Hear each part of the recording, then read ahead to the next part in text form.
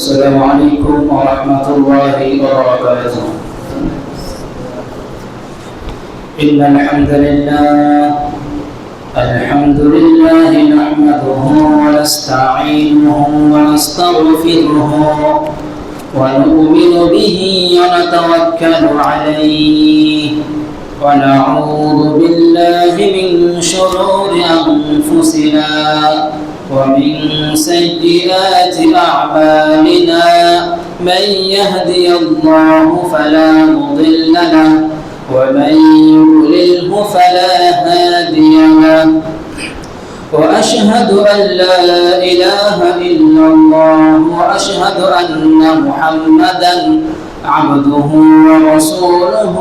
أما بعد فإن خير الحديث كتاب الله وخير الهدي هدي محمد صلى الله عليه وسلم وشر الأمور محدثاتها وكل محدثة بدعة وكل بدعة ضلالة وكل ضلالة في النار.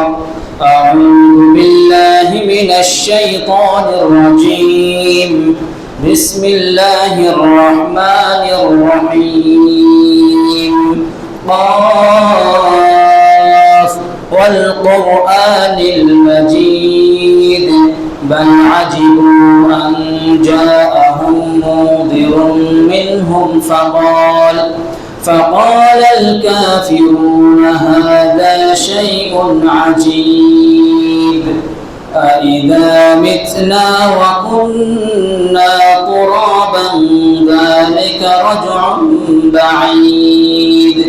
تبصرة وذكرى لكل عبد منيب. ونزلنا من السماء ماء مباركا فأنبتنا به جنات وحب الحصيد. أعوذ بالله من الشيطان الرجيم. قل إن صلاتي ونسكي ومحياي ومماتي لله رب العالمين.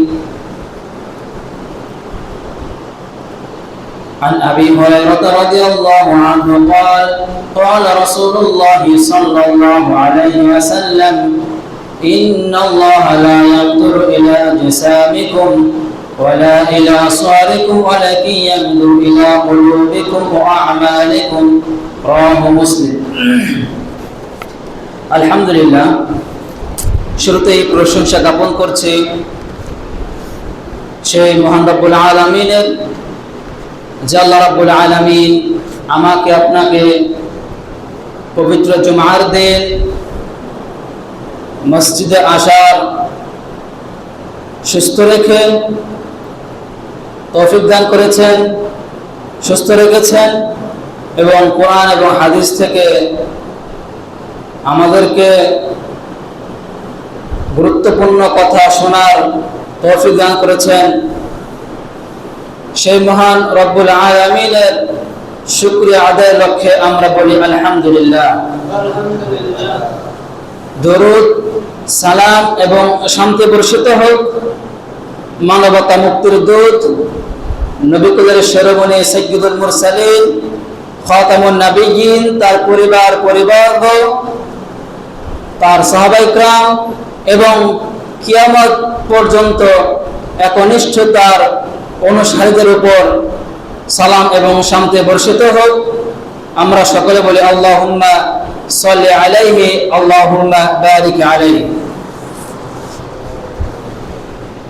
সম্মানিত উপস্থিতি, বর্তমান প্রেক্ষাপটকে সামনে রেখে বা সামনে কি করণীয়, যেহেতু আমাদের সামনে একেবারে সন্নিকটে চলে এসেছে ঈদুল আযহা, এই সম্পর্কে কিছু কথা বলার চেষ্টা করব। তার আগে আপনাদের কাছে একটা অনুরোধ, সেটা হচ্ছে এখানে যে বিষয়গুলো আলোচনা হবে যেগুলো মানার মতো আল্লাহ রাব্বুল আলামিন আমাদেরকে যেন সে আমলগুলো করার তৌফিক দান করেন, আমরা বলি আল্লাহুম্মা আমিন। এবং যে কাজগুলো থেকে আমাদেরকে বিরত থাকতে হবে, নিষিদ্ধ একজন মুসলিমের জন্য, আল্লাহ রাব্বুল আলামিন যেন আমাদেরকে সেই সমস্ত কাজ থেকে হেফাজত করেন এবং আমরা যেন নিজেদেরকে হেফাজত করতে পারি, আল্লাহুম্মা আমিন। মুহতারাম হাজিরিন, যেহেতু আমাদের সামনে কুরবানি, ঈদুল আযহা আমাদের সন্নিকটে,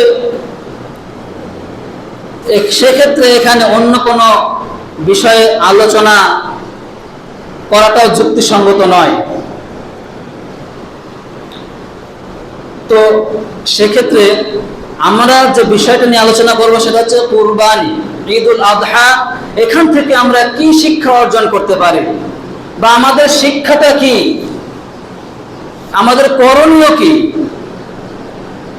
এবং কুরবানির গুরুত্ব কতটুকু, সে সাথে একটা বিষয় সম্পৃক্ত হবে, সেটা হচ্ছে যে এই জিলহজ মাসের প্রথম যে 10 দিন আছে তার ভিতরে সব থেকে গুরুত্বপূর্ণ হচ্ছে ইয়াউমে আরাফা, আরাফার সিয়াম। তো যা হোক, প্রথমে আমাদেরকে জানতে হবে যে কুরবানি শব্দের অর্থ কি। কুরবানি শব্দটা হচ্ছে, এটা ফার্সি শব্দ, উর্দুতে বলা হয় যেটাকে কুরবানির উপর রূপান্তরিত করা হয়েছে। তো যা হোক, কুরবানি এর পারিভাষিক অর্থ হচ্ছে যে কুরবানি ওই মাধ্যমকে বলা হয় যার দ্বারা আল্লাহ রাব্বুল আলামিনের নৈকট্য হাসিল করা যায়। অর্থাৎ আল কুরবানু মা তাকাররাবাহু বিহি ইলাল্লাহি তাআলা।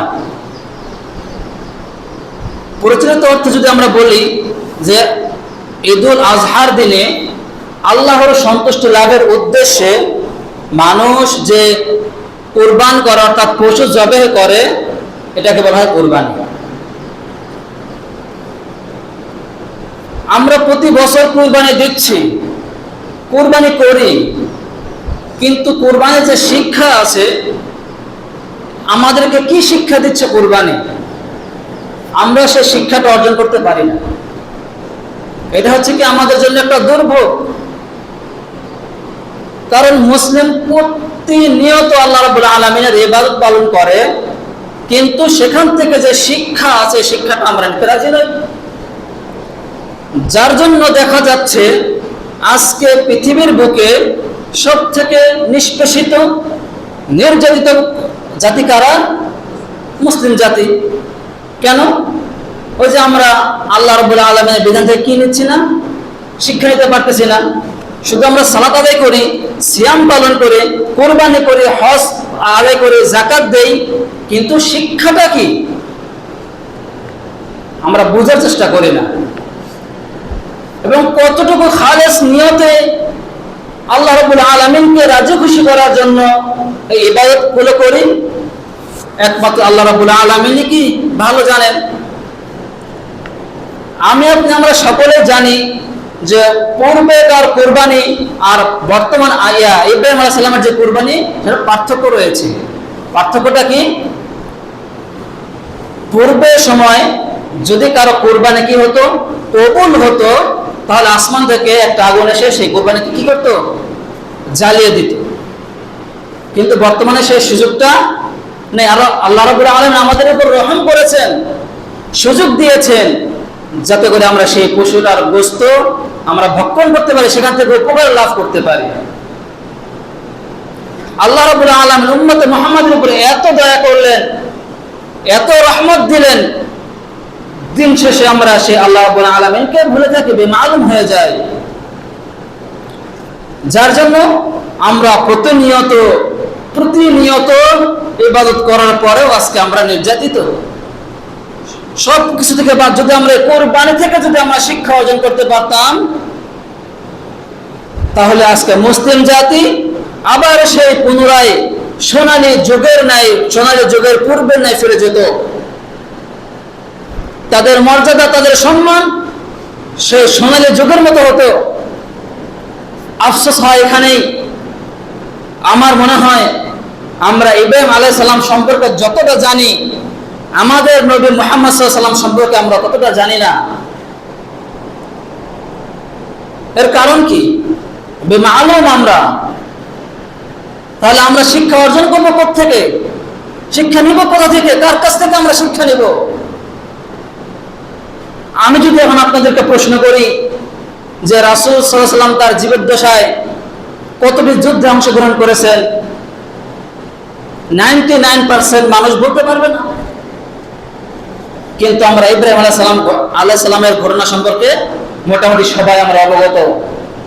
তার কি কি পরীক্ষার সম্মুখীন হয়েছেন, কি কি বিপদ তার সামনে এসেছে, কিভাবে তিনি সেখান থেকে মুক্তি লাভ করেছেন, কিভাবে আমরা জানি। কিন্তু যার আদর্শিত আমরা মুসলিম জাতি, যে নবীর উম্মত আমরা, যিনি নবীদের শ্রেষ্ঠ নবী, সাইয়্যিদুল মুরসালিন, নবীদের সর্দার, তার সম্পর্কে আমরা আজকে জানি না। তো যাই হোক, এটা হচ্ছে আক্ষেপের কথা ছিল। কারণ আজকে খবর দেখবেন, পত্রিকা খুলবেন, সামাজিক যোগাযোগ মাধ্যম যেখানে দেখবেন, আজকে সারা জায়গায় মুসলিম নির্যাতিত, নিষ্পেষিত। কি নিয়ে কথা বলবো? মেম্বারে দাঁড়িয়ে এমন কি বিষয় নিয়ে কথা বলবো বোধগম্য হয় না। মাঝে মাঝে এত সতর্ক, প্রত্যেকটা শুক্রবারে মেম্বার থেকে আলোচনা হচ্ছে, কিন্তু আমরা শিক্ষা অর্জন করতে পারছি না। কেন?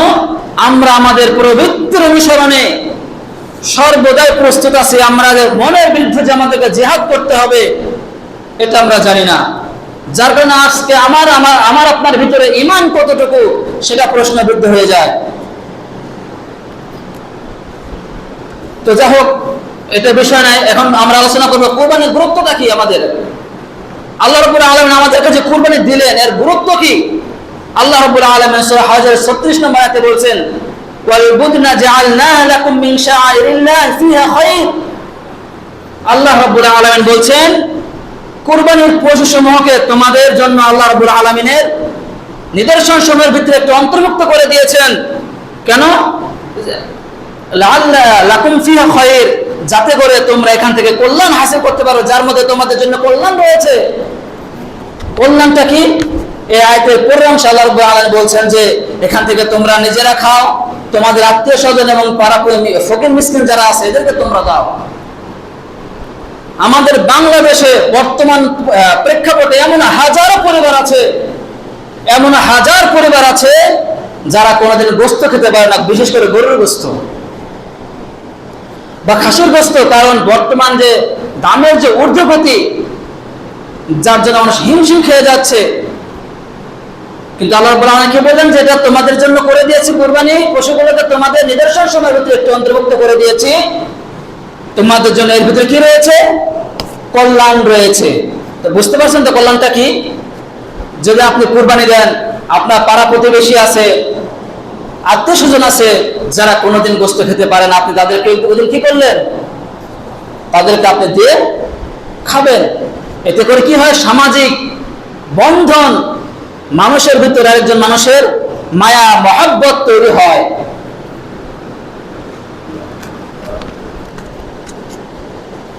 কিন্তু সেই কুরবানিটাকে আজকে আমরা কি করি? মানুষ দেখানোর উদ্দেশ্য করে থাকি, আল্লাহ রাব্বুল আলামিনকে রাজি খুশি করার জন্য নয়। তাহলে এখান থেকে আমরা শিক্ষা অর্জন করবোটা কি? আর এর ইতিহাস সম্পর্কে তো আমরা সকলে জানি যে আল্লাহ রাব্বুল আলামিন বলছেন, উতলু আলাইহিম নাবাবনা ইয়া আদম বিল হক ইয ক্বাররাবা কুরবানান ফাতাকাব্বালা মিন আহাদিহিমা ওয়া লাম ইয়াতাকাব্বাল মিন আল আখার ক্বালা লাআকতুলান্নাক ক্বালা ইন্নামা ইয়াতাকাব্বালুল্লাহু মিনাল মুত্তাকিন। হাবিল এবং কাবিল যে দ্বন্দ্ব, তাদেরকে আদেশ করা হলো দুই পুত্রকে সুসংবাদ দাও, এবং তারা উভয় কি করে? যেন তারা কুরবানি করে। তো একজনের কুরবানি আল্লাহ রাব্বুল আলামিন কবুল করলেন, আরেকজনের কুরবানি আল্লাহ রাব্বুল আলামিন কবুল করলেন না। কাবিলের কুরবানি আল্লাহ রাব্বুল আলামিন কবুল করলেন না, কিন্তু হাবিলেরটা আল্লাহ রাব্বুল আলামিন কি করলেন? কবুল করলেন। যখন হাবিলেরটা আল্লাহ রাব্বুল আলামিন কবুল করলেন, কিন্তু কাবিলেরটা আল্লাহ রাব্বুল আলামিন কবুল করলেন না, তখন কাবিল বলছে কি? ক্বালা লাআকতুলান্নাকা, অবশ্যই আমি তোমাকে হত্যা করব। তাহলে একটা জিনিস এখানে লক্ষ্য করার বিষয়, প্রথম যে খুনাখুনিটা হয় পৃথিবীর বুকে পাপ কাজ হয়, সেটা কি ছিল? কুরবানিকে কেন্দ্র করে। এরপর হাবিল উত্তর কি দিল? হাবিল উত্তরে বলল, ক্বালা ইন্নামা ইয়াতাকাব্বালুল্লাহু মিনাল মুত্তাকিন। ইয়াতাকাব্বালুল্লাহু মিনাল মুত্তাকিন, আল্লাহ রাব্বুল আলামিন কেবল তো যারা মুত্তাকি পরেজগার, যারা আল্লাহ রাব্বুল আলামিনকে কি করে? ভয় করে, সর্বদা আল্লাহ তাওয়াক্কুল করে, এই মুত্তাকিনদের কুরবানি কেবলমাত্র আল্লাহ রাব্বুল আলামিন গ্রহণ করেন। তাহলে এই ঘটনা থেকে আমরা যেটা বুঝতে পারলাম, বিস্তারিত বলার দরকার নেই। এমন দেখা যায় যে আপনারা আমার থেকে ভালো জানেন বিস্তারিত আলোচনা। শুধু আপনাদেরকে স্মরণ করে দেওয়ার জন্য সংক্ষিপ্তভাবে বলছি যে কুরবানি কবুল হওয়ার প্রথম শর্ত হচ্ছে কি? তাকওয়া। আপনার অন্তরে কি বলে,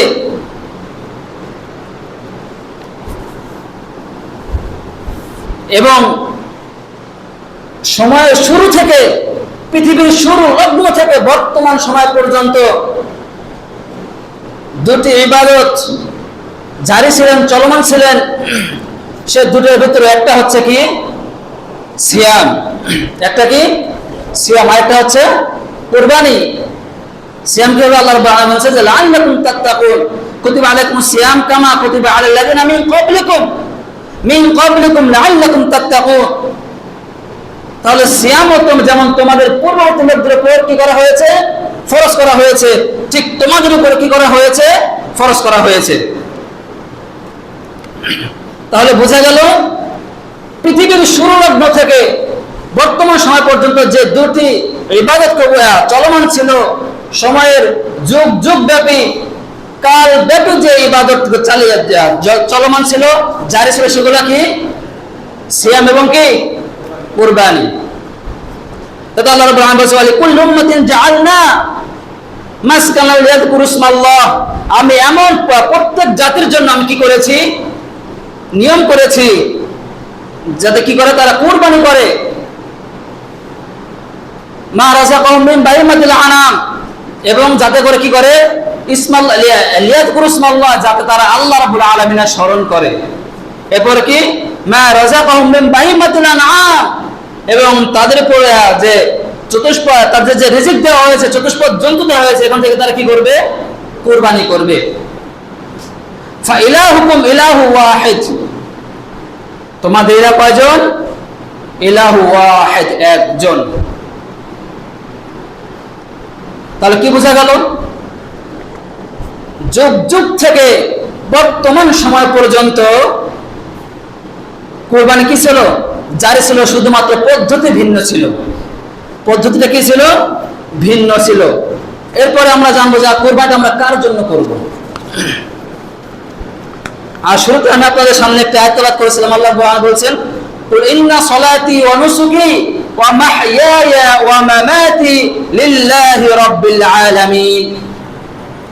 আল্লাহ বলছেন, কুল ইন্নী, হে মুহাম্মদ তুমি বলে দাও, ইন্না সলাতি, নিশ্চয় আমার সালাত, ওয়া নুসুকি, এবং কি? আমার কুরবানি, ওয়া মাহইয়ায়া, আমার জীবন, ওয়া মামাত, এবং আমার মৃত্যু, লিল্লাহি রাব্বিল আলামিন, একমাত্র কার জন্য? আল্লাহ রাব্বুল আলামিনকে রাজি খুশি করার জন্য, না অন্য কাউকে রাজি খুশি করার জন্য নয়। যখন আমি আপনি যখন আমাদের সাধ্যমতো যখন কুরবানি করি বা যেটাই করি, সেটা কাকে খুশি করার জন্য করতে হবে?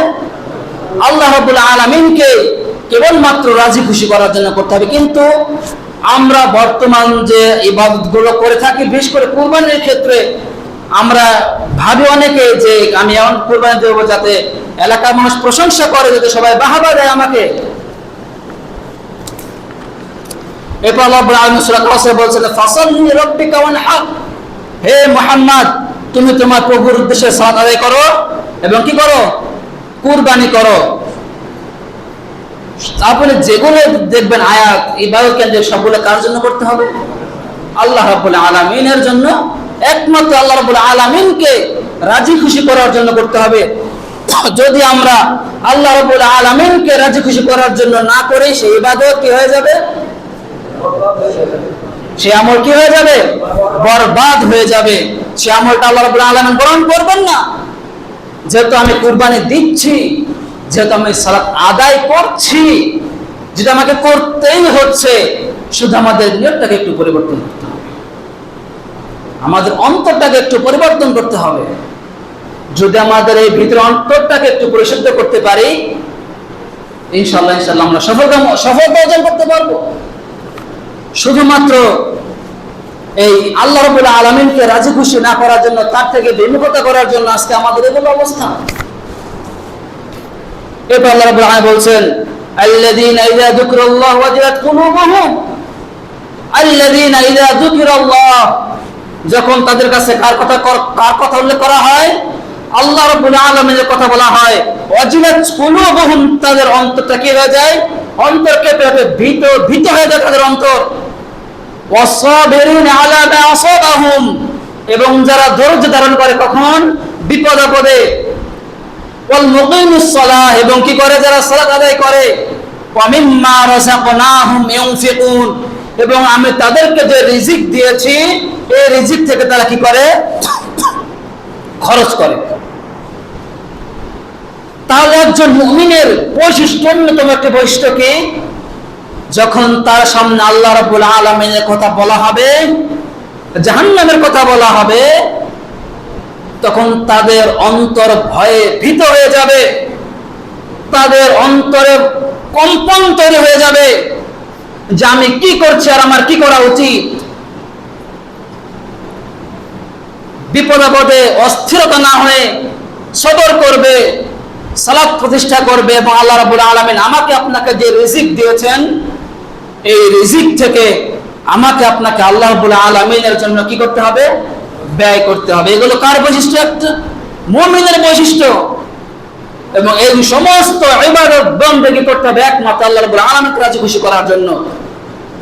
কারণ কি আল্লাহ রাব্বুল আলামিন বলেছেন সূরা বায়িনায়, ওয়া মা উমিরু ইল্লা লিয়াবুদুল্লাহা মুখলিসিনা লাহুদ-দ্বীন। মুহাম্মদ সাল্লাল্লাহু আলাইহি ওয়াসাল্লাম বলেছেন, আমা উমিরু, আমি আদিষ্ঠিত হয়েছি, আমাকে আদেশ করা হয়েছে, ইল্লা লিয়াবুদুল্লাহ মুখলিসিন, যাতে করে আমি একনিষ্ঠ অন্তরে কার ইবাদত করি? আল্লাহ রাব্বুল আলামিনের ইবাদত করি। এবার আল্লাহ রাব্বুল আলামিন আর কি বলছেন? আমরা যে কুরবানি করি, আল্লাহ রাব্বুল আলামিন আমাদের থেকে গোস্তের ভাগ নেন না, রক্তের ভাগও নেন না, চামড়াও নেন না। সবকিছু আমরা ভক্ষণ করে, সবকিছু আমাদের উপকারে আসে। কিন্তু আল্লাহ রাব্বুল আলামিন বলছেন, লা ইয়ানালাল্লাহু লুহুমুহা ওয়ালা দিমাউহা ওয়ালাকিন ইয়ানালুহু তাকওয়া মিনকুম। কি বুঝলেন এখান থেকে? আল্লাহ রাব্বুল আলামিন বলছেন, লা ইয়ানাল্লাহু লুহুমুহা, তার মাংস আমার প্রয়োজন নাই, দেখারও দরকার নাই, আমার কাছে পৌঁছেও না। ওয়ালা দিমাউহা, এবং তার রক্ত আমার কাছে পৌঁছায় না বা আমার দেখার প্রয়োজন নেই। ওয়ালাকিন ইয়ানালুহু তাকওয়া মিনকুম, শুধুমাত্র এটা দেখি, আমি এটা অনুভব করি, এটা আমি লক্ষ্য করি, তাকওয়া মিনকুম, তোমাদের ভিতরে কে সবথেকে বেশি তাকওয়াবান, কার অন্তরে কে আছে, এটা শুধু আমি মাত্র দেখি, আর অন্য কিছু দেখার আমার প্রয়োজন নেই।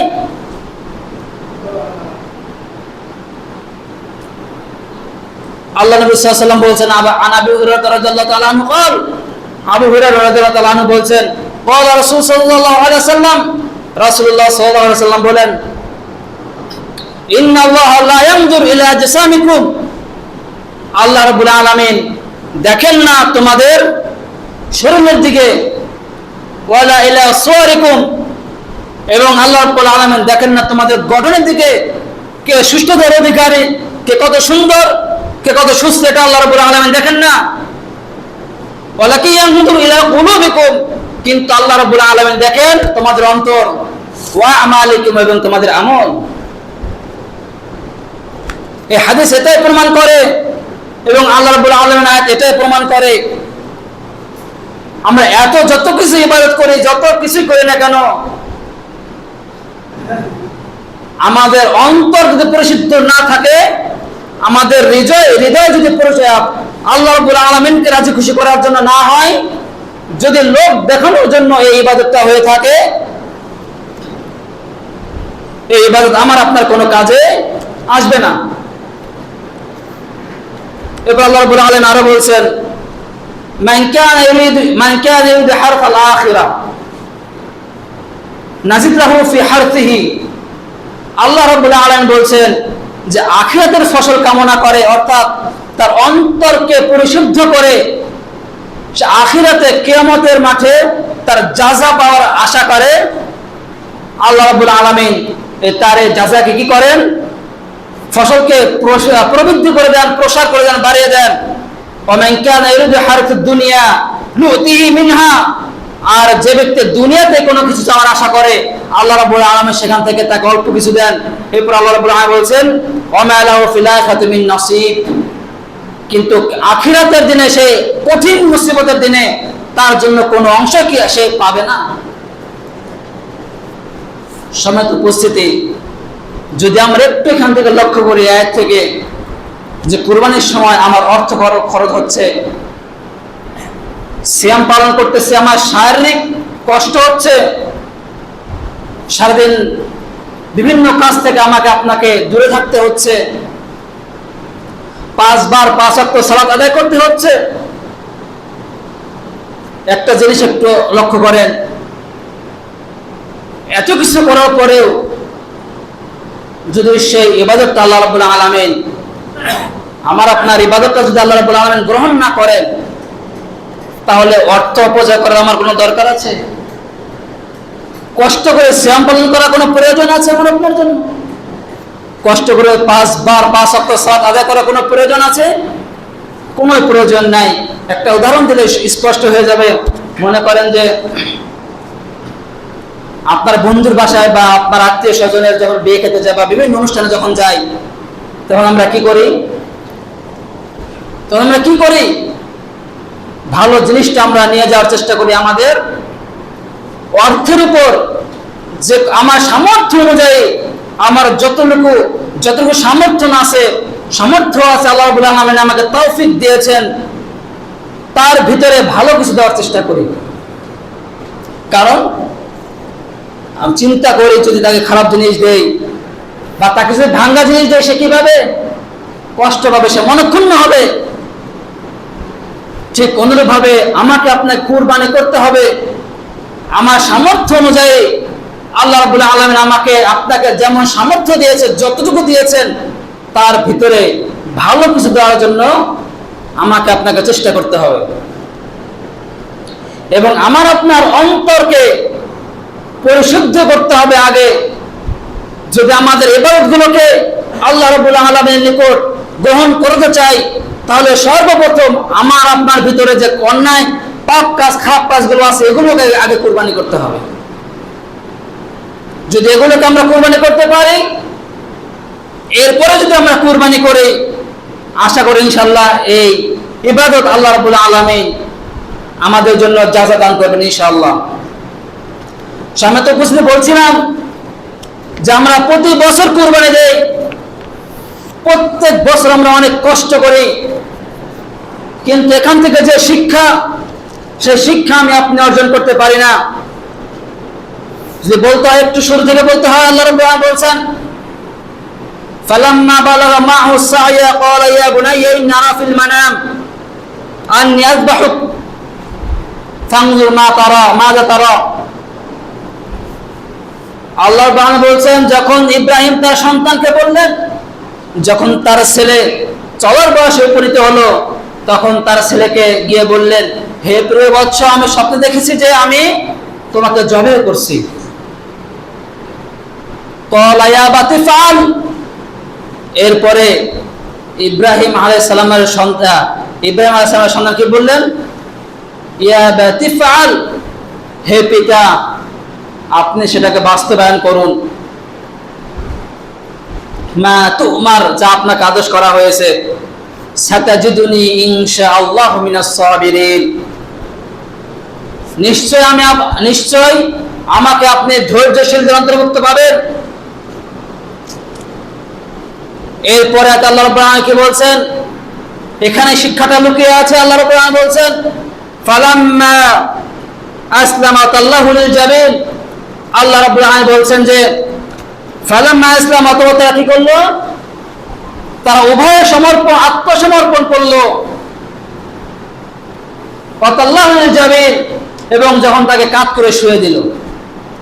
শিক্ষাটা এখানে ফালাম্মা আসলামা, তারা কি করেছে? আত্মসমর্পণ করেছে। আর এই কুরবানির সব থেকে বড় শিক্ষা হচ্ছে আমাকে আপনাকে আল্লাহ রাব্বুল আলামিনের সামনে কি করতে হবে? নিজের আত্মসমর্পণ করতে হবে। আজকে মুসলিমদের ভিতরে আত্মসমর্পণের ক্ষমতাটা নেই, তাকওয়া নাই, যার জন্য আজকে সারা পৃথিবীর বুকে আজকে মুসলিম মার খাচ্ছে। এরপরে ইব্রাহিম আলাইহিস সালাম তার সন্তানকে কি শিক্ষা দিয়েছিলেন? এই ঘটনা বলা পরে যে, হে ছেলে প্রিয় বৎস, আমি স্বপ্নে দেখছি যে আমি তোমাকে জবাই করছি। সেই সন্তানের কত সুন্দর উত্তর, ইয়া বাতি ফাআল মা তুমার সাতাজিদুনি ইনশাআল্লাহু মিনাস সাবিরিন। এখানে একটা কথা বলতে হয়, বাপকা বেটা সেটাইকা ঘোড়া, আপনি যেমন হবেন সন্তান তেমনই হবে, এটাই সত্য। আপনি যদি সন্তানের সামনে যদি আপনি সিগারেট খান, নেশা করেন, অবশ্যই আপনার সন্তানের থেকে বড় কিছু হবে। কারণ সন্তান সর্বপ্রথম কাকে অনুকরণ করে? নিজের পিতা মাতাকে সর্বপ্রথম সন্তান অনুকরণ করে। সেই সন্তান, আপনার ছোট সন্তানকে যদি আপনি বিড়ি কিনে নিয়ে আসেন, তাহলে সেই সন্তানের কাছ থেকে আপনি ভালো কি আশা করেন?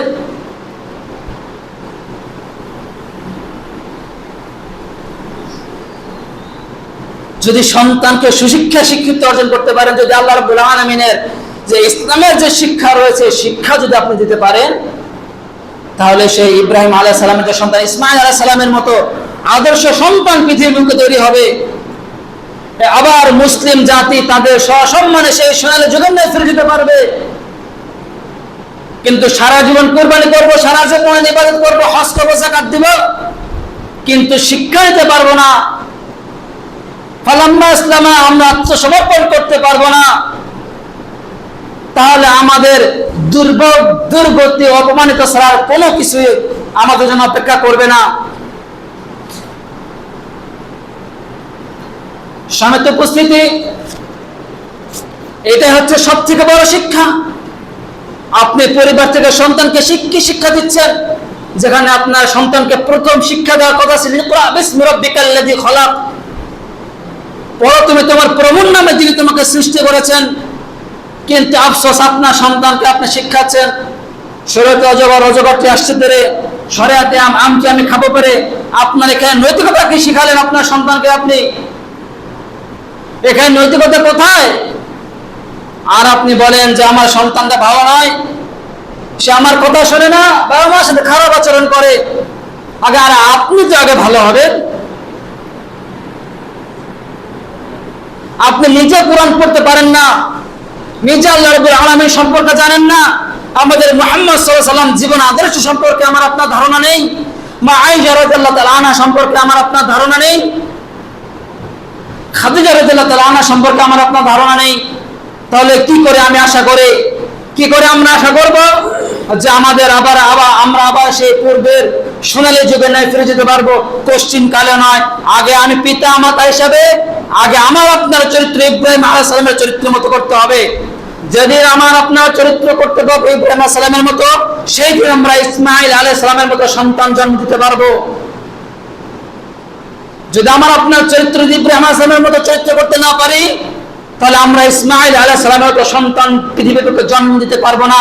আমরা পৃথিবীতে সন্তান জন্ম দিব, আমরা নিজেরা কুলাঙ্গার হয়ে যাব, আমরা জন্ম দিব কুলাঙ্গার সন্তান। এটাই চিরন্তন সত্য কথা। আপনার কষ্ট লাগতে পারে, এই কথাটা আপনি দুঃখ পেতে পারেন, কিন্তু আফসোস করে বলা ছাড়া কোনো উপায় আর নেই, কোনো গতি নেই। বর্তমান যে আমাদের যে অবস্থা, আমরা আমাদের চরিত্রকে এমন ভাবে অনুকরণ করে ফেলেছি যে আমাদের চরিত্র দেখলে মনে হয় না যে আমরা মুসলিমের সন্তান।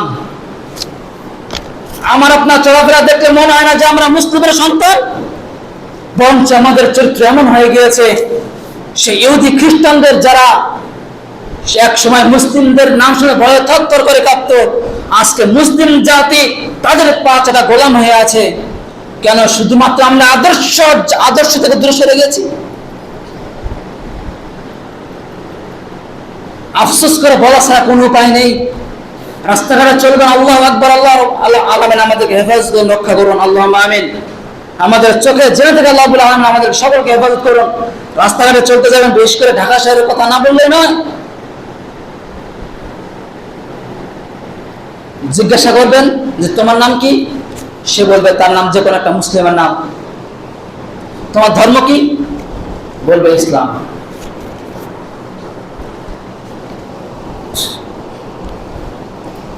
কিন্তু তার চরিত্র দেখলে মনে হয় না ইসলাম। কিন্তু আমরা যদি রাসূল সাল্লাল্লাহু আলাইহি ওয়াসাল্লামের জীবনী পড়ি, ইতিহাস পড়ি, যে পৃথিবীর বুকে দলে দলে মানুষ ইসলাম গ্রহণ করেছে তার চরিত্র দেখে, কোন এক এলাকায় গেলে তারা বুঝতে পারতো যে এটা নিশ্চয় মুসলিম, কারণ মুসলিমের চরিত্র ছাড়া এত সুন্দর চরিত্র অন্য কারো হতে পারে না।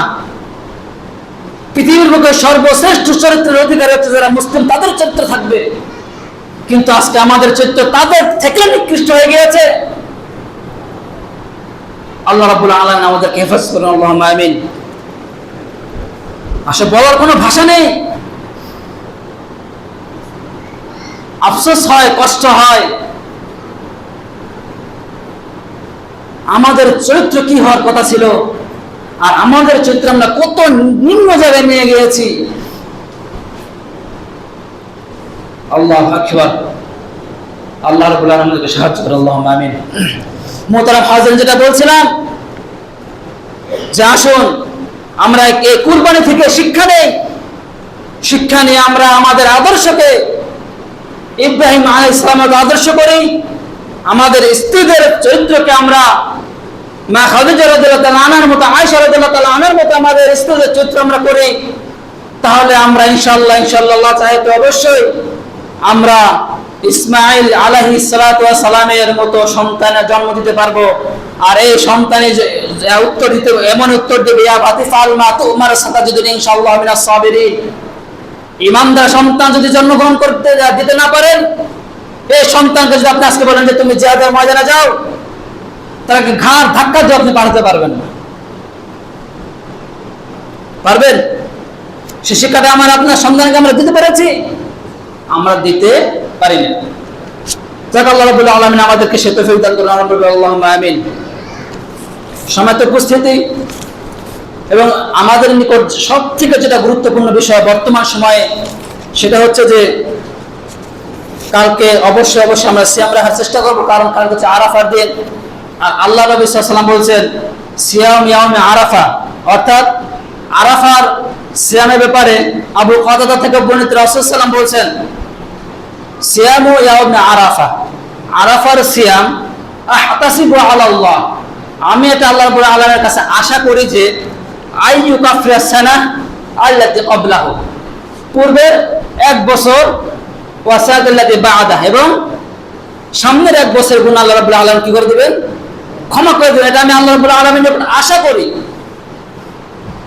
তাই আসুন আমরা আমাদের চরিত্রকে আজকে থেকে, এখন থেকে একজন মুসলমানের যে আদর্শ হওয়া উচিত, চরিত্রের অধিকারী হওয়া উচিত, একজন মুসলিম হিসেবে যে দায়িত্ব কর্তব্য, যে আমলগুলো আমার আপনার করা উচিত, সেই আমলগুলোকে যথাযথভাবে করে নিজের ঈমানকে খাঁটি করে আমাদের চরিত্রকে মুহাম্মদ সাল্লাল্লাহু আলাইহি ওয়াসাল্লামের ন্যায় চরিত্র মতো করতে পারে, এবং আমাদের পরিবারের সেই সকলকে যেন সেই চরিত্রের অধিকারী করে সন্তানদেরকে দ্বীনের ভিতরে প্রবেশ করাতে পারি, এবং আমরা নিজেরাও যেন পরিপূর্ণভাবে ইসলামের ভিতরে প্রবেশ করতে পারি। আমরা বলি আল্লাহুম্মা আমিন। মুহতারাম হাজিরিন, যেটা বলছিলাম যে আজকের আলোচনার সারসংক্ষেপ হলো যে আমাদের আল্লাহ রাব্বুল আলামিন কুরবানি ফরজ করেছেন যাদের সামর্থ্য আছে তাদের উপরে, এবং এখান থেকে আল্লাহ রাব্বুল আলামিন আমাদের জন্য অনেক কল্যাণকর বিষয় রেখেছেন। তার ভিতরে একটি হচ্ছে আমাদের পরস্পর কি হয়, আত্মীয়তার বন্ধন তৈরি হয়। কিভাবে? যখন আপনি একটা পশু কুরবানি করলেন, আপনার প্রতিবেশী অসহায় দরিদ্র তাদেরকে যখন আপনি মাংস দিবেন বা তার ভাত দিবেন, যখন তার আত্মতৃপ্তি সহকারে খাবে, তখন সে আপনাকে একটা সম্মান করবে, শ্রদ্ধা করবে। আপনাদের আত্মীয়তা এবং পাড়া প্রতিবেশী হিসেবে মুসলিমদের যে বন্ধন, সেটা সুদৃঢ় হবে। তাই আসুন আমাদের নিয়তকে ঠিক করে, কারণ আল্লাহ রাসূল সাল্লাল্লাহু আলাইহি ওয়াসাল্লাম বলছেন ইন্নামাল আমালু বিন্নিয়াহ, মানুষের প্রতিটি আমল, প্রতিটি কাজ তার একমাত্র কিসের উপরে? নিয়তের উপরে।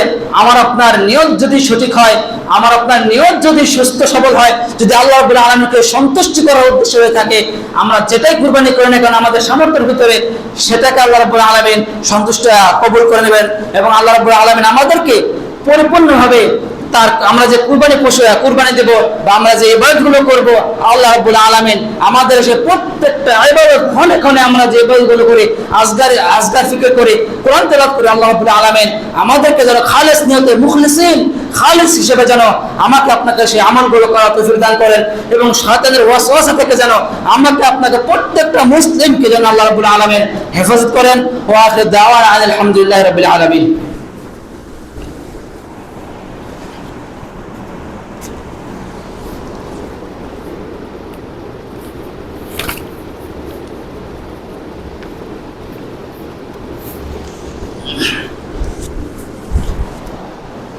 إن الحمد لله وحده والصلاة والسلام على من لا نبي بعد. أما بعد، أعوذ بالله من الشيطان الرجيم. بسم الله الرحمن الرحيم. يا أيها الذين آمنوا صلوا عليه وسلموا تسليما. আমরা সবাই দরুদ ইব্রাহিম পড়ি। اللهم صل على محمد وعلى آل محمد كما صليت على إبراهيم وعلى آل إبراهيم إنك حميد مجيد. اللهم بارك على محمد وعلى آل محمد كما باركت على إبراهيم وعلى آل إبراهيم إنك حميد مجيد. ربنا ظلمنا أنفسنا وإن لم تغفر لنا وترحمنا لنكونن من الخاسرين. ربنا آتنا في الدنيا حسنة وفي الآخرة حسنة وقنا عذاب النار. اللهم أجرنا من النار، اللهم أجرنا من النار. اللهم احفظنا المسلمين في كل مكان، اللهم انصر المسلمين في كل مكان، اللهم انصر المجاهدين في كل مكان. اللهم تقبل صيامنا، اللهم تقبل تلاوة القرآن، اللهم ارحمنا بالقرآن برحمتك يا أرحم الراحمين. اللهم اغفر لحينا وميتنا وشاهدنا وغائبنا وصغيرنا وكبرنا وذكرنا وأنثانا. اللهم من أحييته منا فأحيا الإسلام ومن توفيته منا فتوفه على الإيمان. اللهم لا تحرمنا أجره ولا تفتنا بعد. سبحانك اللهم وبحمدك أشهد أن لا إله إلا أنت أستغفرك وأتوب إليك. السلام عليكم ورحمة الله.